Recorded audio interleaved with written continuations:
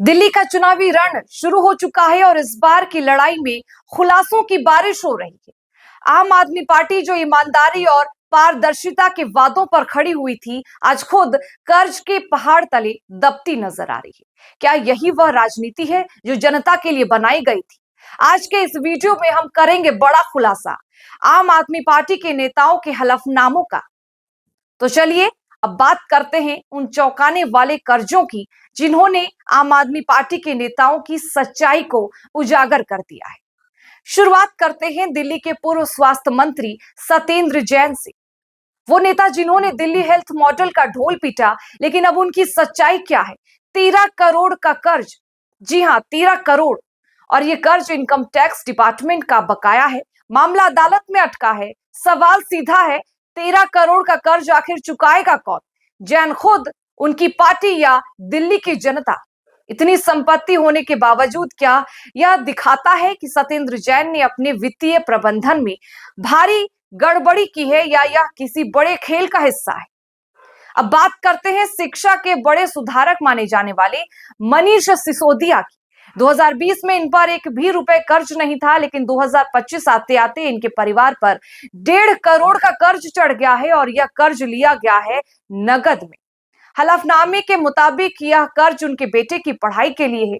लेकिन सवाल यह है कि क्या दिल्ली शिक्षा मॉडल इतना कमजोर है कि इनकी बेटे की पढ़ाई के लिए करोड़ों का कर्ज लेना पड़ा? और अब चलते हैं पार्टी के दूसरे बड़े नामों की ओर। सौरभ भारद्वाज जो ग्रेटर कैलाश से चुनाव लड़ रहे हैं, पर 46 लाख का कर्ज है। यह कर्ज उनके ऑफिस से जुड़ा है और बैंक ने इस पर नोटिस भी भेज दिया है। क्या यह दिखाता है कि सौरभ भारद्वाज खुद अपने ऑफिस का खर्च नहीं संभाल सकते और फिर भी बड़े बड़े वादे कर रहे हैं? कहानी यही खत्म नहीं होती है। बली मारान से इमरान हुसैन पर 46 लाख का कार लोन है। राखी बिरला पर 17 लाख का लोन है और अवध ओझा जो शिक्षा से राजनीति में आए, उन पर 1 करोड़ का कर्ज है। सवाल यह है कि इतनी बड़ी पार्टी के नेता आखिर इस तरह के कर्ज में क्यों डूबे हैं? क्या ये वही नेता है जिन्होंने दिल्ली की जनता के लिए ईमानदारी की कस्में खाई थी?